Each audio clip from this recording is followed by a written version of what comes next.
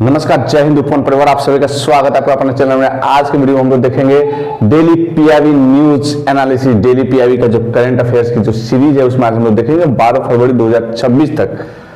आज भी थोड़ा सा वीडियो डिले हो रहा है क्योंकि अभी पूरी तरह से तबीयत ठीक नहीं हुई है, लेकिन डेली जो प्रॉमिस है न्यूज पीआईबी का सीरीज लाना, उसके लिए आज आप सभी के लिए फिर से वीडियो ला रहा हूँ 12 फरवरी 2026 का। तो हम आज देखेंगे इंपॉर्टेंट करंट अफेयर। सेवा तीर्थ, जो ऑफिस का नाम चेंज कर दिया गया है, सेवा तीर्थ हो गया है, कर्तव्य 1 कर्तव्य 2 हो गया। तो सेवा तीर्थ में किस किस ऑफिस का कौन कौन सा कार्यालय सेवा तीर्थ भवन में होगा पूछ देता है कभी कभी कि ये सेवा तीर्थ कहाँ है, पूछ देगा कर्तव्य भवन किसे कहते हैं। अभी बहुत राजभवन का नाम लोक भवन हो गया है, राष्ट्रपति सबका नाम चेंज हुआ है। तो इसलिए सेवा तीर्थ में कौन कौन भवन होगा?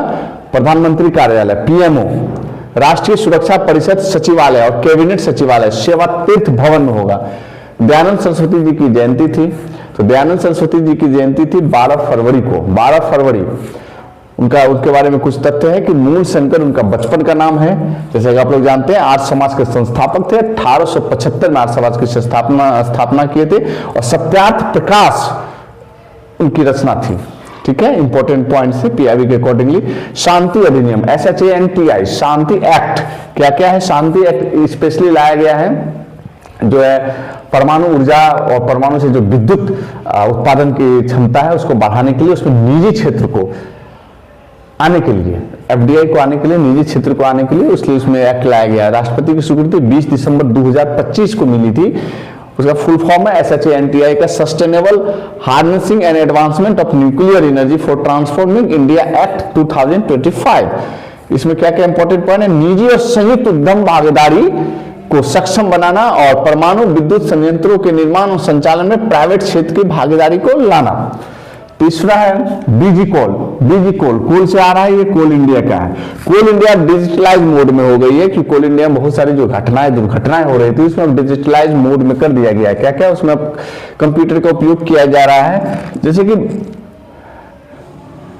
इसको पूरा बड़ा डिजिटल इकोसिस्टम डेवलप किया गया कोल इंडिया के सभी माइंस में भी। इससे खनन की सभी गतिविधियों का ऑपरेशनल ओवरसाइट संस्थानिक जवाबदेही को मजबूती प्रदान किया जाता है डिजिकोल के द्वारा, जिसमें सेंसर बेस्ड सिस्टम लगाया जा रहा है। आप देखते हैं पहले टोपी लगा के टॉर्च जला के जाया जाता था, एक अक्षय कुमार की भी मूवी आई थी, लेकिन उसमें बहुत सारी दुर्घटनाएं घटित हो रही थी। तो अब सेंसर बेस्ड सिस्टम, फावड़ा भी सेंसर बेस्ड, डंपर, डोजर, जितने भी इक्विपमेंट उसमें यूज होते हैं, इंस्ट्रूमेंट यूज होते हैं, सभी डिजिटलाइज होगा, डिजिटल मोड में होगा।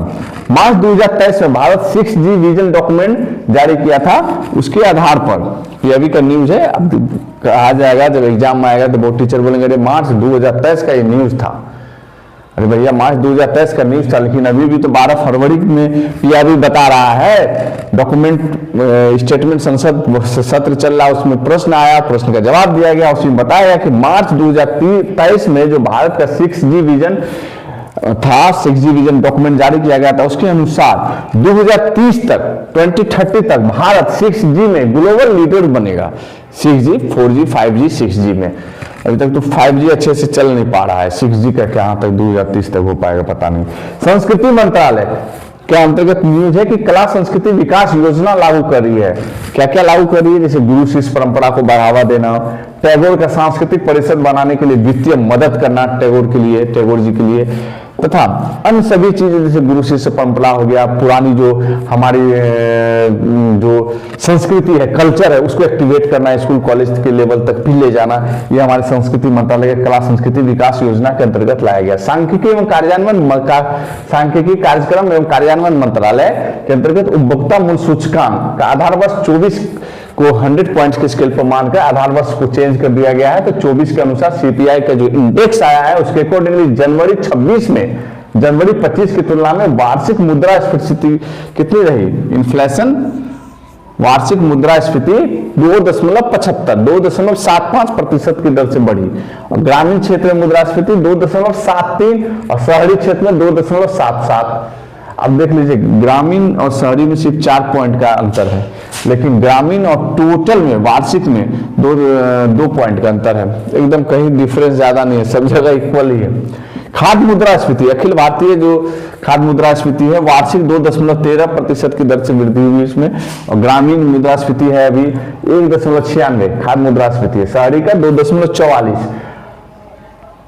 ठीक है। और सीपीआई, अखिल भारतीय सीपीआई 2.75%, ग्रामीण में 2.73, शहरी में 2.77 खाद्य मुद्रास्फीति, ग्रामीण वार्षिक में 2.13 और ग्रामीण में 1.96, शहरी में 2.44, ठीक है। आवास मुद्रास्फीति, आवास मुद्रास्फीति वार्षिक में 2.05, ग्रामीण में 2.39, शहरी में 1.92।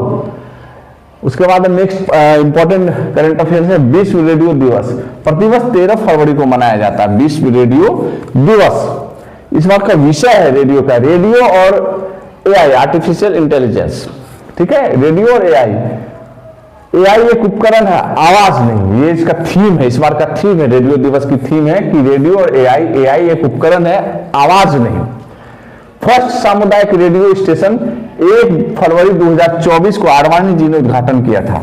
अभी टोटल 528 सामुदायिक रेडियो स्टेशन है भारतवर्ष में, 528।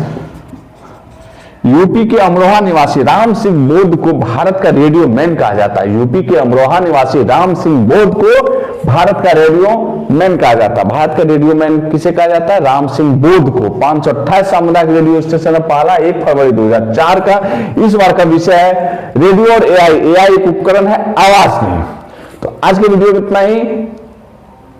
आप सबों के लिए जो एनसीईआरटी की सीरीज आ रही है वो भी आएगी, करंट अफेयर्स की प्रतिदिन की भी सीरीज आ रही है। थोड़ी तो तबीयत ठीक नहीं है, लेकिन जैसी होती है तो सारे बैकलॉग को क्लियर कर लिया जाएगा, कुछ भी बाकी नहीं रहेगा।